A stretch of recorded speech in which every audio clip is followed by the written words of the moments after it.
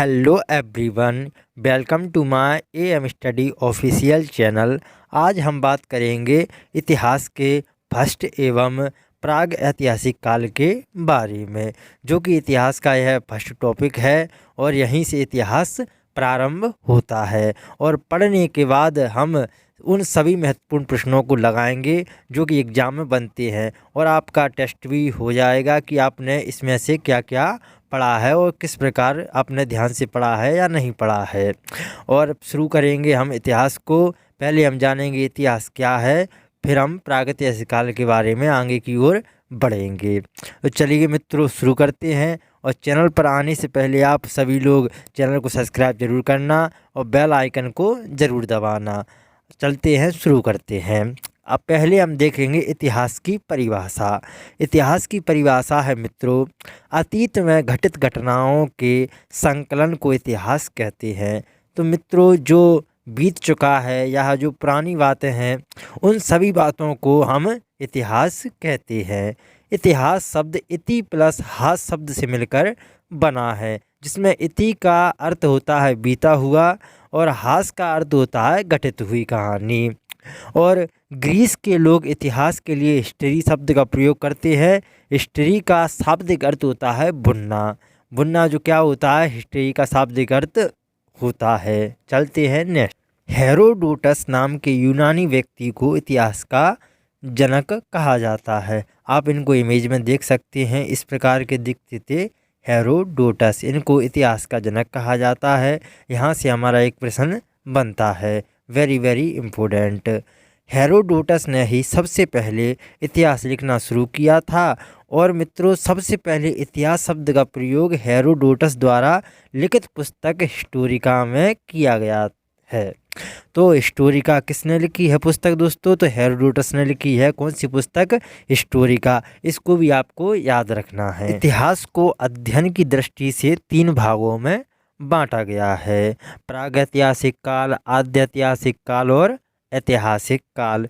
दोस्तों, जो प्रागैतिहासिक काल है, उस काल में जो लोग थे, इस काल में मानव किसी लिपि या लेखन से परिचित नहीं था। तो ना तो इस काल में मानव लिखना जानता था, ना ही पढ़ना जानता था। और इसमें जैसे पाषाण काल हुए, ताम्र काल हुए, तो ये पाषाण काल पत्थरों का युग रहा और ताम्र काल में तांबे की खोज हुई। तो ना तो यह पढ़ना जानते थे और ना ही लिखना जानते थे। और आद्य ऐतिहासिक काल की हम बात करें तो यह यहाँ के जो मानव थे लिपि से तो परिचित थे, पर पढ़ी ना जा सकी। जैसे हड़प्पा सभ्यता, सिंधु घाटी सभ्यता, तो इनकी जो लिखना तो यह जानते थे, लेकिन यह उस भाषा को जानते थे लिखना जिसको आज के मानव नहीं पढ़ पा रहे हैं। तो उस भाषा को यह जानते थे। कौन? आद्य ऐतिहासिक काल के लोग। अब बात करते हैं हम ऐतिहासिक काल की। तो ऐतिहासिक काल में मानव लिखना भी जानते हैं और पढ़ना भी जानते हैं, यानी लिपियों से परिचित भी हैं और उनको पढ़ी भी जा रही हैं। जैसे प्राचीन भारत, मध्यकालीन भारत और आधुनिक भारत। तो ये हमारा इतिहास है, जो इस प्रकार भागों में बटा हुआ है। हम आज सबसे पहले पढ़ेंगे पाषाण काल को, धीरे धीरे आगे की ओर बढ़ेंगे। जैसे कि पाषाण काल भी 3 युगों में बटा हुआ है: प्रापाषाण काल, मध्य पाषाण काल और नव पाषाण काल। तो इन 3 प्रकार भागों में हम पाषाण काल को पढ़ेंगे और फिर हम ताम्र काल को भी पढ़ेंगे। पाषाण काल। पाषाण युग इतिहास का वह काल है जब मानव का जीवन पत्थरों पर अत्यधिक आश्रित था। हम उदाहरण के दृष्टिकोण से देखें तो पत्थरों से शिकार करना और पत्थरों की गुफाओं में शरण लेना और पत्थरों से ही आग पैदा करना, तो इन पत्थरों का यह काल था, इसलिए हम इसे पाषाण काल कहते हैं। पाषाण काल दोस्तों 25 लाख साल पूर्व से लेकर कांस्य युग तक चला है। तो मतलब किसी ने अभी तक ज़्यादा वो नहीं कर पाया कि यह कब से चला है, लेकिन कहीं कहीं 25 लाख ईसा पूर्व दे दिया गया है। और अध्ययन की दृष्टि से पाषाण युग को 3 चरणों में बांटा गया है: पुरापाषाण काल, मध्य पाषाण काल और नव पाषाण काल। पाषाण काल को 3 भागों में भी बांटा गया है। तो देखते हैं इन 3 भागों को हम पहले। पुरापाषाण काल, यह इतिहास का सबसे प्रारंभिक समय था। इसकी काल अवधि 20 लाख ईसा पूर्व से 12,000 ईसा पूर्व मानी जाती है। इसी समय को मानव को आदि मानव कहा जाता है।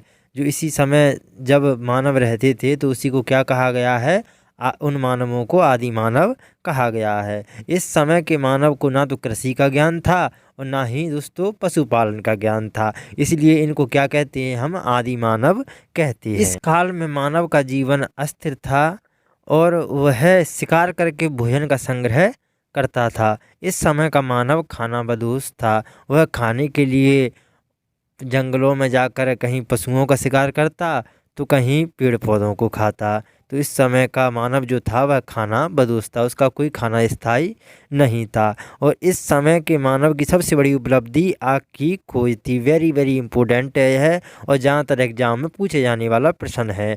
तो इस समय मानव की सबसे बड़ी उपलब्धि क्या थी, तो आग की खोज थी जो कि मानव ने की थी। चलते हैं। इस समय मानव के बड़े बड़े पत्थरों के औजारों का उपयोग शिकार करने के लिए किया करते थे। तो जो पत्थर हुए करते थे तो उनके वह औजार बनाते थे और उनका उपयोग जो करते थे तो वह शिकार करने के लिए किया करते थे दोस्तों। और दोस्तों इस काल में मानव ने सर्वप्रथम चित्रकारी करना प्रारंभ किया। तो उन्होंने चित्रकारी करना भी प्रारंभ कर दिया था पुरापाषाण काल में। और इससे हमें प्रमाण कहाँ मिलते हैं चित्रकारी के, तो भीमबेटका की गुफाओं में इस काल के चित्र में देखने को मिलते हैं। तो भीमबेटका की जो गुफाएं हैं यह रायसेन के पास, भोपाल के पास, मध्य प्रदेश में। तो यहाँ पर हमें भीमबेटका की गुफाओं में चित्रकारी देखने को मिलते हैं। यह भीमबेटका रायसेन जिले में है। तो वहाँ पर ये कुछ आकृति बनी हुई हैं, तो यह बताती हैं कि यह पुरापाषाण काल की आकृति हैं। तो इससे हमें प्रमाण मिलता है। चलते हैं नेक्स्ट, मध्य पाषाण काल। हम प्रापाषाण काल से आते हैं मध्य पाषाण काल पर, फिर जाएंगे हम नव पाषाण काल पर। अब मध्य पाषाण काल को हम देखते हैं, इसकी काल अवधि क्या है, तो 12,000 ईसा पूर्व से 10,000 ईसा पूर्व मानी जाती है मध्य पाषाण काल की अवधि। और इस काल के मानव ने पशुपालन करना आरंभ कर दिया और इस समय के मानव ने छोटे तथा नुकीले हथियारों का प्रयोग करना शुरू कर दिया। छोटे हथियारों को माइक्रोलिथ कहा जाता है। तो वेरी वेरी इंपॉर्टेंट, यहाँ से हमारा एग्जाम में प्रश्न बनता है। तो छोटे हथियारों को, नुकीले हथियारों को क्या कहा जाता था मध्य पाषाण काल में, तो माइक्रोलिथ कहा जाता था। या इस प्रकार भी एग्जामिनर प्रश्न पूछ सकता है कि माइक्रोलिथ किस काल को कहा जाता है या किस काल में माइक्रोलिथ के पत्थर पाए जाते थे। तो मध्य पाषाण काल में माइक्रोलिथ के पत्थर पाए जाते थे। और वेरी वेरी इंपॉर्टेंट, यहाँ पर मनुष्य द्वारा पाला गया सबसे पहला जानवर क्या था, तो कुत्ता था, जो कि मनुष्य ने सबसे पहले कुत्ता को पाला था। चलते हैं, हमने दोस्तों पहले पुरापाषाण काल पढ़ा और फिर हमने मध्य पाषाण काल पढ़ा। अब पढ़ेंगे हम नव पाषाण काल। तो इसकी दोस्तों काल अवधि वह 10,000 ईसा पूर्व से 3,000 ईसा पूर्व मानी जाती है। इस काल में मानव ने स्थायी आवास बना लिया। तो किस काल में बनाया था स्थायी आवास, तो नव पाषाण काल में। यहाँ पर उन्होंने छोटे छोटे घर बनाना प्रारंभ कर दिए थे और उन्होंने आवास भी ढूंढ लिया था। तो इसी को हम कहते हैं स्थायी आवास। तो यह नव पाषाण काल में इन्होंने बना लिया। इस समय मनुष्य ने कृषि करना प्रारंभ कर दिया और साथ में विविधत पशुपालन करना भी शुरू कर दिया था। तो दोस्तों कृषि करना कब प्रारंभ किया, नव पाषाण काल में उन्होंने पशुपालन करना भी प्रारंभ कर दिया और कृषि करना भी प्रारंभ कर दिया। आप लोगों को याद रखना पड़ेगा। और सबसे बड़ी खोज इस काल में पहिए की खोज आदि मानव ने की थी। नव पाषाण काल में आकर उन्होंने किसकी खोज की थी, तो पहिए की खोज नव पाषाण काल में आकर आदि मानव ने कर ली थी। वेरी वेरी इंपॉर्टेंट प्रश्न है जो कि एग्जाम में बनने वाले प्रश्न है दोनों। तो कृषि करना प्रारंभ कर दिया था नव पाषाण काल में और पहिए की खोज भी कर ली थी नव पाषाण काल में। चलते हैं नेक्स्ट। अब आता है हमारा ताम्र पाषाण काल। तो यह दोस्तों नव पाषाण काल के आखिरी समय में ही ताम्र पाषाण काल की शुरुआत हो गई थी और इस समय मानव ने तांबे की खोज कर ली थी। इसमें से केवल इतना ही इम्पोर्टेंट है, ताम्र पाषाण काल में किसकी खोज की थी, तो तांबे की खोज की थी। और इस काल में मनुष्य ने पत्थरों के साथ तांबे के उपकरणों का उपयोग भी करना प्रारंभ कर दिया। तो ऐसे तांबे के हथियार बनाना, बर्तन बनाना, तो यह तांबे की बनाना इन्होंने प्रारंभ कर दिया था। और वेरी वेरी इंपॉर्टेंट है कि किस काल में तांबे की खोज की थी, तो ताम्र पाषाण काल में मानव ने तांबे की खोज कर ली थी। अब हम प्राग ऐतिहासिक काल के कुछ महत्वपूर्ण तथ्यों पर विचार करेंगे जिससे एग्जाम में प्रश्न बनते ही बनते हैं। तो मनुष्य ने सबसे पहले गेहूं और जौ की खेती की थी, आप लोगों को याद रखना है। और दोस्तों बलूचिस्तान के जो कि ये मेहरगढ़ है वहाँ पर तो कृषि के साक्ष्य मिले हैं। यह स्थान वर्तमान में पाकिस्तान में है दोस्तों। तो कहाँ पर कृषि के साक्ष्य मिले हैं? तो मेहरगढ़ में जो कि बलूचिस्तान में स्थित है। नेक्स्ट दोस्तों, तो कश्मीर के बुर्ज होम में, जम्मू कश्मीर के बुर्ज होम में यहाँ पर नवपाषाण काल में मनुष्य जमीन में गड्ढा बनाकर रहते थे और यहाँ पर मनुष्य के साथ कुत्ते को दफनाए जाने के प्रमाण मिला है। तो दोस्तों बुर्ज होम में वहाँ पर गड्ढे मिले हुए हैं जिसमें मनुष्य के साथ कुत्ते को दफनाने के प्रमाण दिए गए हैं। तो वहाँ से हमें पता पड़ता है कि पाषाण काल में लोग बाग कुत्तों को भी पाला करते थे। ने दोस्तों उत्तर प्रदेश में एक जगह है जिसे हम कोल्डी हवा के नाम से जानते हैं और वहाँ पर दोस्तों हमें चावल के प्रमाण मिले हैं। नेक्स्ट वेरी वेरी इंपॉर्टेंट प्रश्न है और कई बार एग्जाम में पूछे जाने वाला प्रश्न है।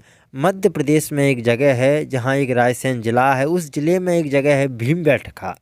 उस भीमबेटका की गुफाओं में मनुष्य द्वारा सबसे पहले बनाए गए शैल चित्रों का हमें प्रमाण मिलता है। तो भीमबेटका में गुफाएं बनी हुई हैं, उन गुफाओं पर दीवारों पर उन गुफाओं की हमें शैल चित्र यानी चित्रकला का प्रमाण मिलता है। वहाँ पर पशुओं की आकृति बनी हुई है, आदि मानव की आकृति बनी हुई है कि आदि मानव पशुओं का शिकार कर रहा है। तो इस प्रकार के हमें चित्र वहाँ पर देखने को मिलती है। तो वहाँ से हमें कुछ बातों का पता पड़ता है कि मनुष्य किस तरह का व्यवहार करता था उस समय। नेक्स्ट हमने दोस्तों अब तक पाषाण काल में प्रापाषाण काल पढ़ा, मध्य पाषाण काल पढ़ा और नवपाषाण काल पढ़ा। अब उन सभी टॉपिकों का हम टेस्ट लेंगे और जो कि महत्वपूर्ण प्रश्न है, एग्जाम में आए हुए प्रश्न हैं, तो उनको हम देखेंगे और आप अपना चेक करना कि आपने अब तक क्या पढ़ा है। पाषाण काल के लोगों का सबसे बड़ा आविष्कार क्या था? दोस्तों अग्नि, आग जो थी तो उनका यह सबसे बड़ा आविष्कार था कि अग्नि किस प्रकार जलाई जाती है। तो उन्होंने पत्थरों से अग्नि की चिंगारियों से अग्नि जलाना प्रारंभ कर दिया था दोस्तों। नेक्स्ट किस स्थान पर कृषि का सबसे पहला प्रमाण दिया है? दोस्तों मेहरगढ़ में कृषि का हमें प्रमाण मिलता है कि मानव ने नवपाषाण काल में आकर कृषि करना प्रारंभ कर दिया था। नेक्स्ट पुरापाषाण काल में के लोगों का मुख्य व्यवसाय क्या था? तो पुरापाषाण काल के जो लोग थे वह शिकार करना उनका मुख्य व्यवसाय था, वह शिकार कर कर ही अपना पेट पालते थे दोस्तों। नेक्स्ट प्रश्न है हमारा, अनाज की कृषि सर्वप्रथम प्रारंभ हुई थी? तो दोस्तों कृषि नवपाषाण काल में प्रारंभ हुई थी।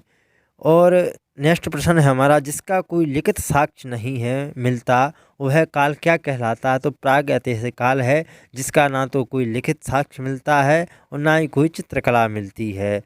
गर्त आवास के साक्ष्य प्राप्त हुए हैं? तो गर्त आवास के साक्ष्य तो बुर्ज होम में प्राप्त हुए हैं कि लोग बाग आदि मानव जो थे वह गड्ढे में रहते थे, तो उसको हम कहते हैं गर्त आवास। तो वहाँ कहाँ मिले हैं हमें इसके साक्ष्य? तो बुर्ज होम में मिले हैं। नेक्स्ट प्रश्न है हमारा, भीमबेटका की गुफाएं कहाँ स्थित हैं?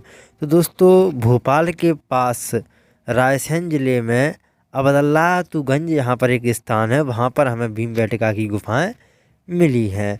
और भीमबेटका किसके लिए प्रसिद्ध हैं दोस्तों? तो यह गुफाएं शैल चित्र के लिए प्रसिद्ध हैं। इनकी गुफाओं पर शैल चित्र जो आकृतियां बनी हुई हैं पाषाण काल की, तो वहीं पर ये गुफाएं इसलिए प्रसिद्ध हैं। इतिहास के पिता किसे कहा जाता है दोस्तों? तो हेरोडोटस को इतिहास के पिता कहा जाता है। तो यहीं पर हम वीडियो का अंत करते हैं। अगर आपको यह वीडियो पसंद आई तो वीडियो को लाइक ज़रूर करना और कमेंट कर ज़रूर बताना कि आपको यह वीडियो कैसी लगी है और आपको किस प्रकार की वीडियो हमसे चाहिए। और जिन्होंने अब तक चैनल को सब्सक्राइब नहीं किया वो चैनल को सब्सक्राइब करके ज़रूर जाना। मिलते हैं अगली वीडियो में। धन्यवाद।